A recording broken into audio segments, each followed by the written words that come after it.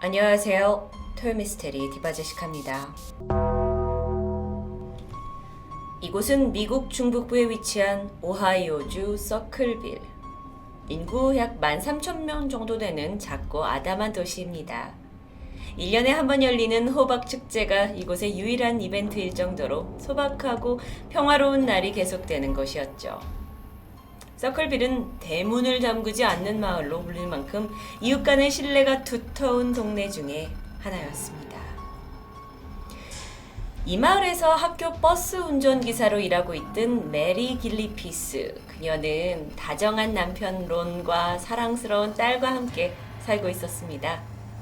어느 날 그녀가 퇴근을 하고 집으로 돌아오는 길에 집 앞 우편함을 확인했죠. 전기요금, 세금 청구서, 광고 전단지까지. 그런데 여기서 낯선 편지 하나가 보였습니다. 서클빌에서 약 40km 정도 떨어진 도시 콜룸버스의 도장이 찍혀있는 봉투였는데요. 누가 보낸 건지 발신인의 정보는 비어 있었죠. 그녀는 별다른 의심 없이 편지 봉투를 열어봅니다.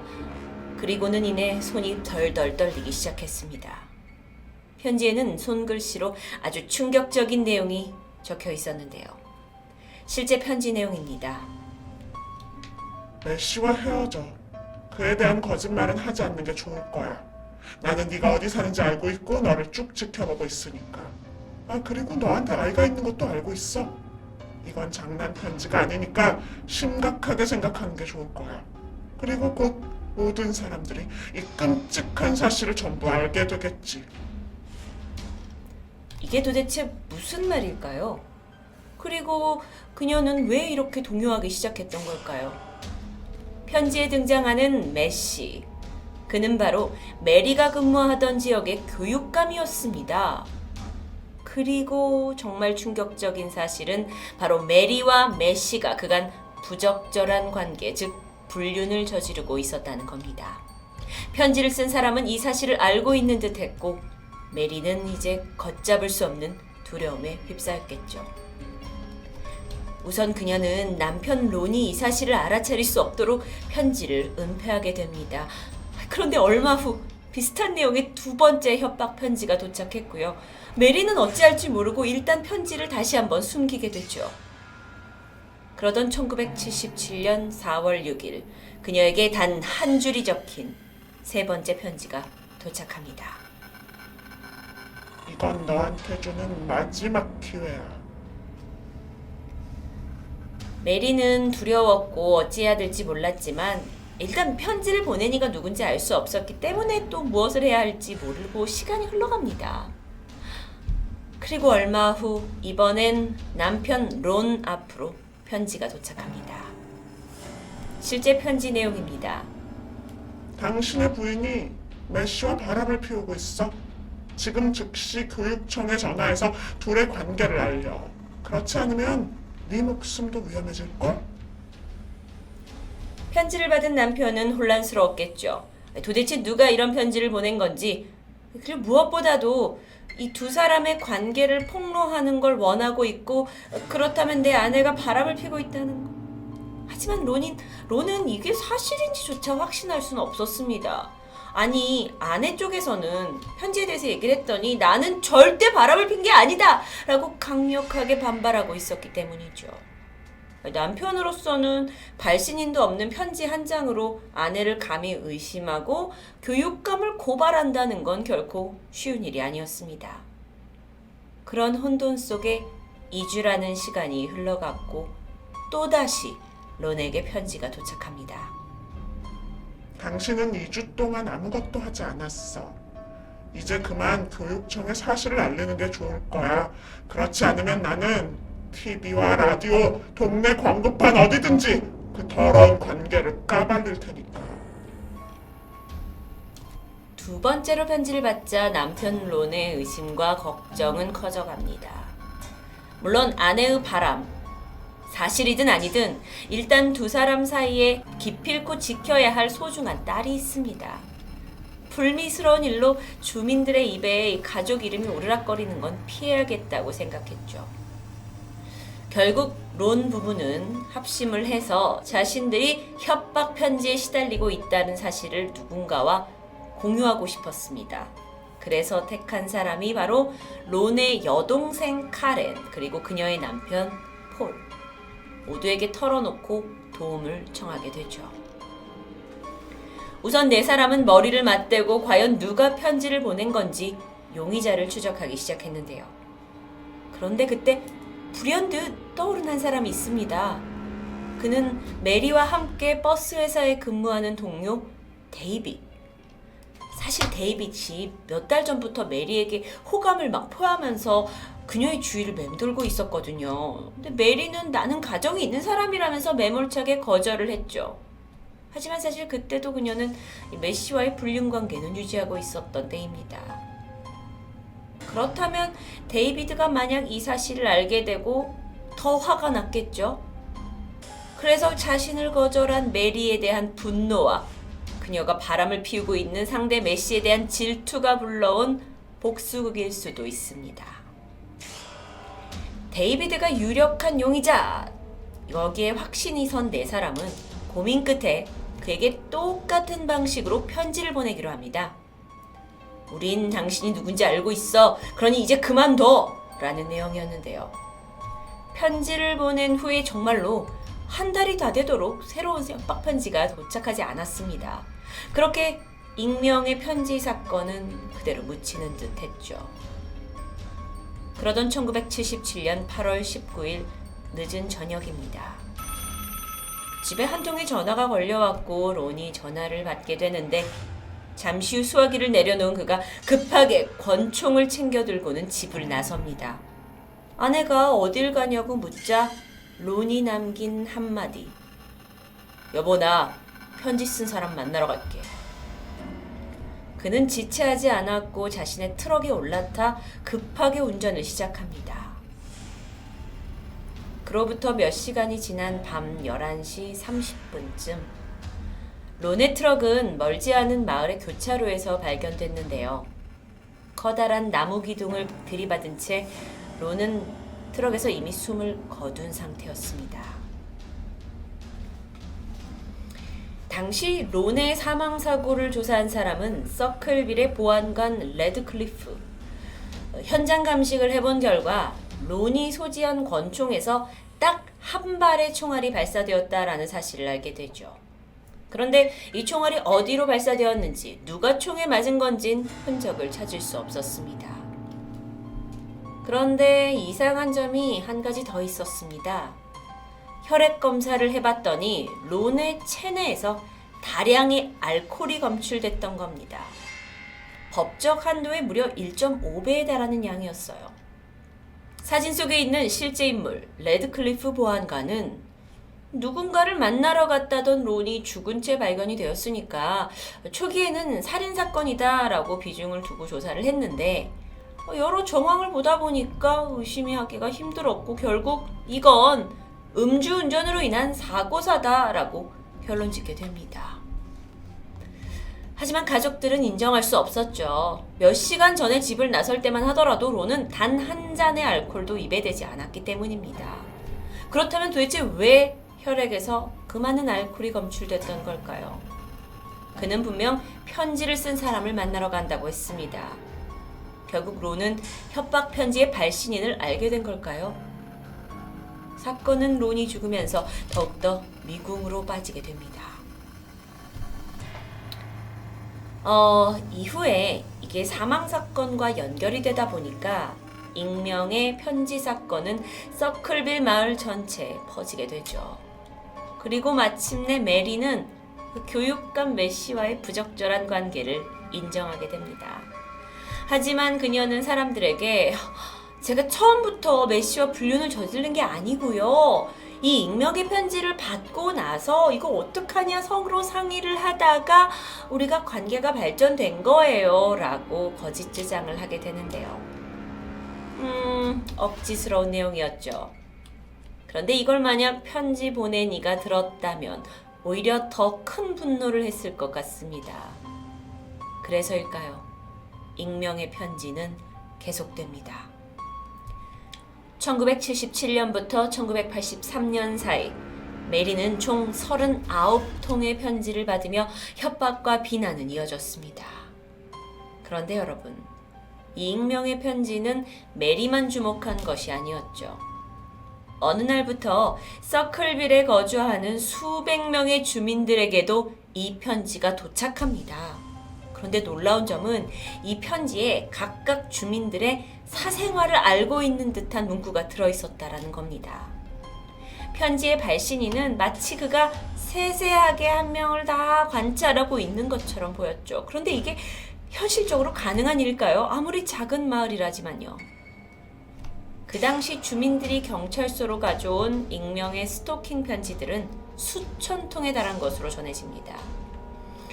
메리의 불륜이 편지를 통해서 밝혀지면서 약간 마을 사람들이 아유 저 여자 하면서 통쾌했었는데요. 그런데 그들마저 자신의 삶이 누군가에 의해 관찰당하고 이렇게 편지를 받았다는 사실에 마을 전체가 불안감에 휩싸이기 시작했죠. 그렇게 시간이 흘러 1983년 2월, 이번에는 메리가 다른 방법으로 고통을 받기 시작합니다. 이 서클빌의 버스 정류장마다 메리와 그녀의 딸을 조롱하는 포스터가 걸리기 시작한 겁니다. 버스 운전사였던 메리가 운전을 하고 가다가 이걸 놓칠 리가 없었죠. 그래서 차를 잠깐 세우고 너무도 화가 나서 포스터를 떼기 위해 다가갑니다. 그런데 이때 포스터 뒤에 작은 상자 하나가 끈으로 묶여 있었는데요. 이 사진은 그때를 재현한 모습입니다. 그녀는 포스터 뒤에 붙어있는 작은 상자 뚜껑을 열게 됐는데 그 안에 있던 것은 바로 총구가 앞으로 겨눠진 채 장전되어 있는 권총 한 자루였습니다. 다행히도 총알이 나가지 않았죠. 하지만 메리가 이 포스터나 이 박스를 되게 거칠게 다뤘더라면 그래서 상자에 충격이 가고 총알이 메리에게 발사될 수도 있을 만한 그런 아찔한 상황입니다. 누군가 그녀를 공격하기 위해 일부러 덫을 설치한 게 분명해 보였죠. 이건 살인미수가 될 수도 있습니다. 보안관이 출동을 했고 권총을 살펴보던 중 수상한 자국이 발견됩니다. 어설프게 지워진 번호였어요. 권총의 일련 번호. 이것만 알아내면 이 권총의 소유자를 찾는 건 시간 문제입니다. 그렇게 번호를 추적해서 소유자가 밝혀졌고 그는 바로 폴 프레셔. 아는 사람입니다. 바로 사망한 론의 여동생 카렌, 그녀의 남편 폴이었습니다. 여기서 갑자기 폴이 왜 나와요? 메리와 론이 협박편지 처음 받았을 때 같이 해결을 해보자면서 상의를 했던 가족 중에 한 명이기도 했죠. 그런데 이 총이 폴의 것으로 밝혀집니다. 그렇다면 포스터를 붙인 것도 편지를 보낸 것도 폴인 걸까요? 폴은 혐의를 완강히 부인했습니다. 내 권총은 도난당했다. 누군가 자신에게 누명을 씌우려고 이러는 것이다. 물론 그의 말에도 일리가 있긴 합니다. 쉽게 가족 간의 사이였는데 갑자기 폴이 범인이 된다라는 건 조금 이해하기 힘들고 누명을 썼을 가능성도 충분히 있었죠. 그런데 보안관에게는 권총이 유일하면서도 확실한 단서입니다. 그러니까 폴이 용의선상에서 쉽게 빠질 수 없겠죠. 게다가 하필 권총 상자가 발견된 날 폴은 출근을 하지 않았기 때문에 의심은 더욱 가중됩니다. 설상가상으로 보안관은 폴의 필적을 검사를 했고 이 필체가 그동안 서클빌에 왔던 협박 편지와 동일하다라는 결론을 내놓게 되는데요. 아니 근데 이 필적 감정을 하는 방법이 좀 이상했습니다. 폴한테 서클빌에 도착한 이 편지를 주고는 이것과 최대한 비슷하게 써보라고 해요. 그래서 필적 검사를 해봤더니 그것도 정확도가 어차피 56%밖에 나오지 않았습니다. 하지만 이건 재판에서 증거로 받아들여졌고 결국 일주일 만의 수사 끝에 폴은 살인 미수죄 25년형을 선고받습니다. 이거 후다닥 지나가는 것 같죠? 정말 그가 범인인지 범인의 어떤 덫에 걸린 건지 여전히 의심스럽지만 어쨌든 협박범이 잡혔다는 소식에 서클빌 주민들은 일단 안도하게 됩니다. 그런데 얼마 후 편지가 다시 도착합니다. 발신인이 없었고요. 스토킹한 내용과 함께 성적으로 노골적인 내용을 포함한 협박 편지가 다시 날아들었죠. 그날부터 서클빈 주민들은요, 또 같은 편지를 계속해서 받게 됩니다. 익명의 편지, 스토킹의 내용, 협박, 마을 사람 다요. 그러니까 이게 뭐예요? 폴은 잡혀 들어갔는데, 분명 감옥에 있는데 그가 그럼 감옥에서 이 편지를 썼을까요? 죄수가 쓰는 편지는 검수되기 마련입니다. 그래서 이건 그가 몰래 보냈다는 건 말이 되지 않아요. 그리고 그 안에는 이 마을 사람들의 일거수일투족을 본 듯한 흔적이 남아 있습니다. 결코 폴일 리가 없겠죠. 1994년 5월 폴은 결국 모범수로 복역을 한 후에 10년 만에 가석방됩니다. 얼마나 억울했을까요? 그러면서 무죄를 주장하기 위해서 176페이지에 달하는 문서를 만들고 언론과 인터넷, FBI에까지 억울함을 호소하게 되죠. 그는 이 서클빌의 보안관 레드클리프가 범죄 검거율을 높이기 위해서 나를 용의자로 몰았다.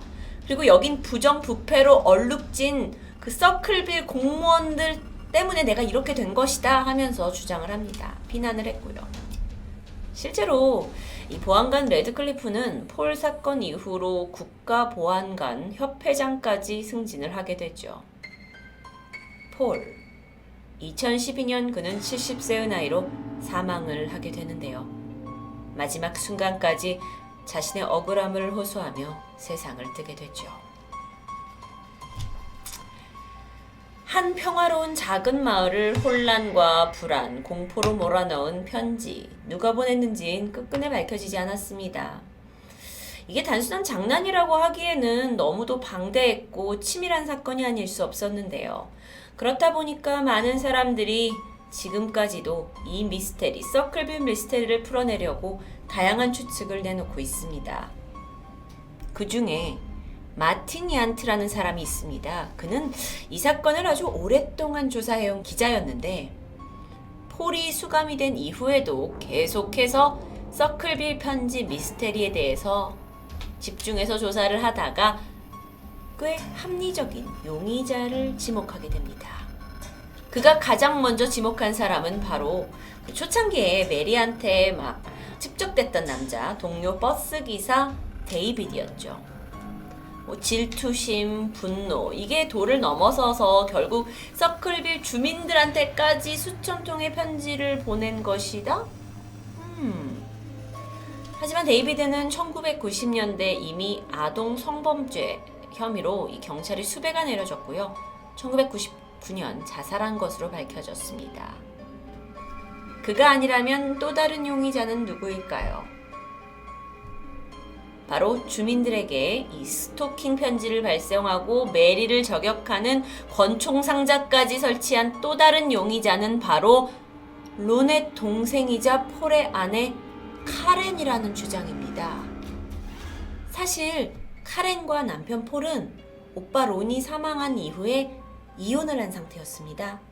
그런데 두 사람의 이혼 사유가 다름 아닌 카렌의 외도, 다른 남자와 바람을 피우는 사실을 남편에게 들킨 이후 어쩔 수 없이 이혼을 당하게 된 거죠.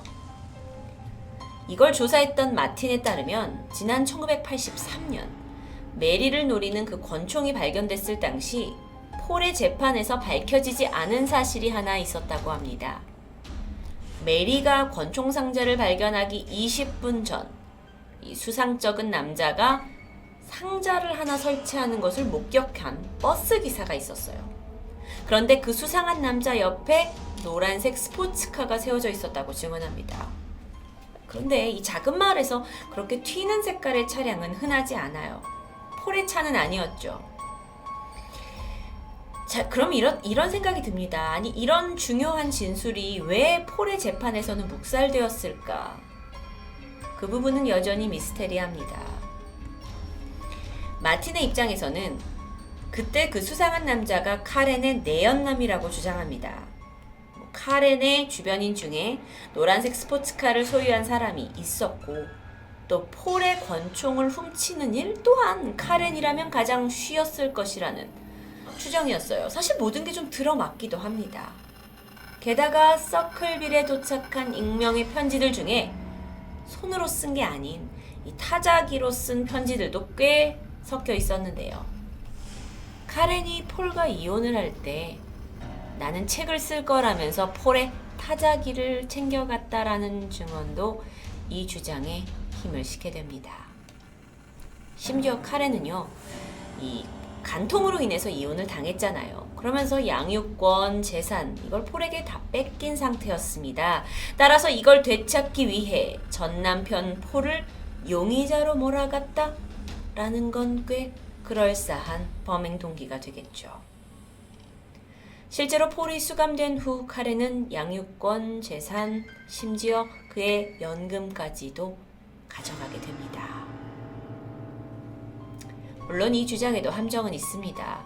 아니, 그녀가 바라던 대로 전 남편 폴이 수감이 됐죠. 그런데 이후에 편지 계속 왔었어요. 그걸 편지를 보낼 이유가 전혀 없잖아요.